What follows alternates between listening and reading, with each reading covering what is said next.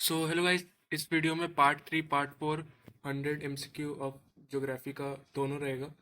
तो इस वीडियो को कंप्लीट करने के बाद हम लोग का पूरा टॉप मतलब 100 एमसीक्यू कंप्लीट हो जाएगा। तो आप ये करके आपका एमसीक्यू हो जाने वाला है। अगर इसके बाद भी आपको लगता है थोड़ा सेल्फ डाउट अगर आता है तो आप वो जो जो चैप्टर आप ओमिट किए वो 5 चैप्टर में से वो आप एक बार फिर से पूरा रीडिंग कर लो। एक बार सिर्फ रीडिंग कर लो कि एमसीक्यू आया कि हल्का सा हिंट भी आपको मिले तो आप आंसर कर पाओ। तो चलो इस वीडियो को स्टार्ट करते हैं। तो let's start with question number 51. So this crop is a shade loving plant and develops more vigorously under light.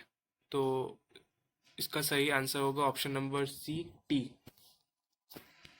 Question number 52, tea is grown on hilly slopes, Y?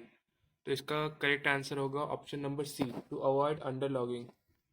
क्योंकि टी का plant में अगर ज़्यादा पानी जम वम जाए तो वो पूरा टी खराब हो जाता है, इसीलिए वो ट्री का प्लांट स्लांट वाला हीली एरियाज में वहाँ प्लांट किया जाता है। तो question 53, dash is the largest producer of tea in India? तो इसका करेक्ट आंसर होगा option number A, Assam. Question 54, cotton is tropical crop and it is raised in India as a? इसका करेक्ट आंसर होगा option number B, kharif crops.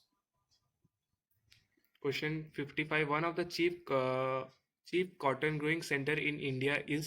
इसका correct answer होगा option number A, north western Deccans. तो ये mainly आता है मुंबई, अहमदाबाद, ये सब एरिया में। Question number 56, jute requires hot and humid climate with temperature? तो इसका टेम्परेचर 24 to 35 डिग्री सेल्सियस रहना चाहिए। While harvesting the plant, the entire plants including the root is removed from the soil. ये कौन सा प्लांट में ऐसा होता है, जिस कौन सा? तो ये वाला का आंसर होगा option number D, groundnut. इसको पूरा रूट के साथ उखाड़ लिया जाता है। 58, after harvesting this crop must be processed within 24 hours to the mill? तो इस प्लांट को काटने के बाद 24 घंटे के अंदर वो मतलब फैक्ट्री के अंदर पहुंचा दिया जाता है। तो ये शुगर केन का होता है। Question 59, agriculture where the single crop is grown on large area? तो इसका करेक्ट आंसर होगा option number B, plantation. Plantation agriculture जो होता है सिंगल क्रॉप होता है पर बहुत बड़ा एरिया में इसको ग्रो किया जाता है। Question 60, which of the following type of economic activity is agriculture? तो इसका करेक्ट आंसर होगा option number B, primary. Question 61, KCC stand for? तो इसका करेक्ट आंसर होगा option number D, Kisan credit card.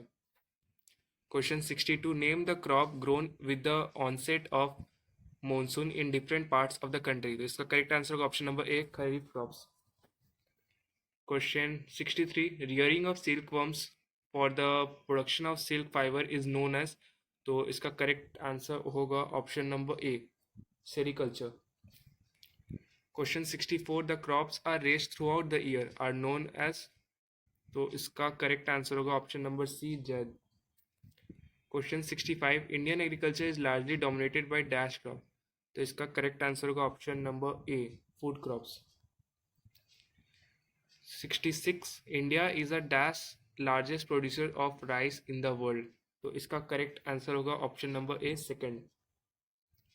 Question 67, rice grows best in dash areas? तो इसका correct answer होगा option number A, warm and humid areas.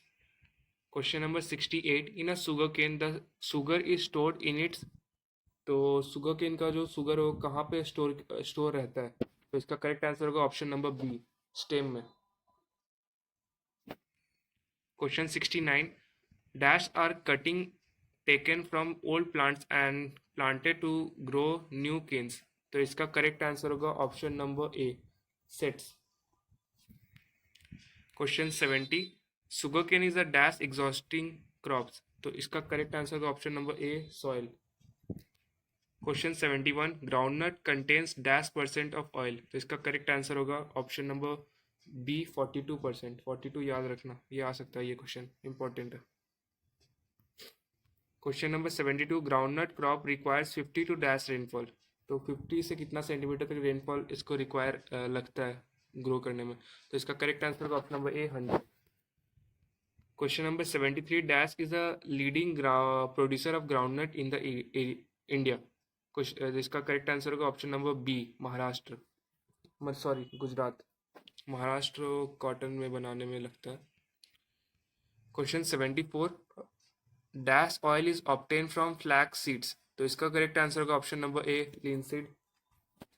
Question 75, soybean has a high dash content, तो इसका correct answer होगा option number D, protein. Soybean में protein का content थोड़ा ज़्यादा रहता है।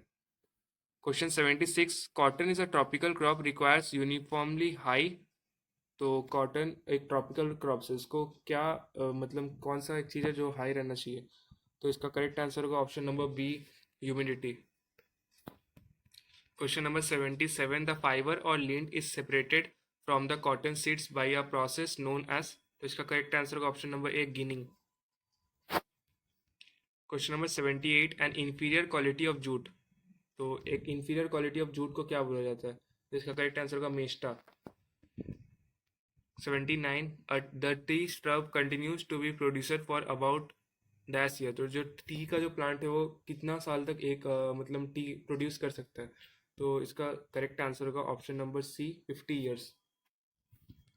Question number 80, India is one of the dash industrialist country, तो इसका करेक्ट आंसर होगा option number D, 10। Question number 81, industries is dash industries is known as the household industry, तो इसका करेक्ट आंसर होगा option number B, basic industry. Question number 82, iron, steel and petroleum industry are the dash industry, तो इसका correct answer होगा option number C, basic industry. Question number 83, railway, banking, post and telegraph are dash industry, तो इसका correct answer होगा option number A, tertiary industry. Question number 84, which of the following cities account for nearly half of India's cotton mill cloth manufacture, तो इसका correct answer होगा Ahmedabad and Mumbai, ये एकदम must है, easy है, मतलब लिखा हुआ है सब जगह, कर सकते हो। Question number 85, the distance between rail in a meter gauge is, तो इसका करेक्ट आंसर होगा option number B, 1 meter. Question number 86, Indian waterways are dash and dash, तो इसका करेक्ट आंसर होगा option number B, cheap, environment friendly. Question number 87, which of the following is not a toxic substance present in e waste, इसका correct answer होगा option number 4, methane. Question number 88, the process of depletion of oxygen from water bodies occurring either naturally or due to human activities is known as, तो इसका correct answer होगा option number C, eutrophication. Question number 89, a harmful toxic that affect the development of a child brain, तो इसका correct answer होगा option number D, इस zinc की वजह से एक चाइल्ड का ब्रेन अफेक्ट हो सकता है। Question 90, which of the following disease are not spread by house flies, तो इसका करेक्ट आंसर होगा ऑप्शन नंबर डी, एमोबियोसिस। तो और जो लास्ट का जो ये 90 MCQ यहाँ तक है, जो लास्ट का जो 10 MCQ है, ये आपके स्क्रीन के ऊपर एक प्लेलिस्ट आ रहा होगा, इस प्लेलिस्ट पे क्लिक करके आप वो स्पेसिमेन का 10 MCQ सॉल्व कर लो, तो आपका हो जाएगा। तो thank you for watching the video, तो हम लोग ने टॉप 100 MCQ कवर कर लिया है। Thank you for watching the video.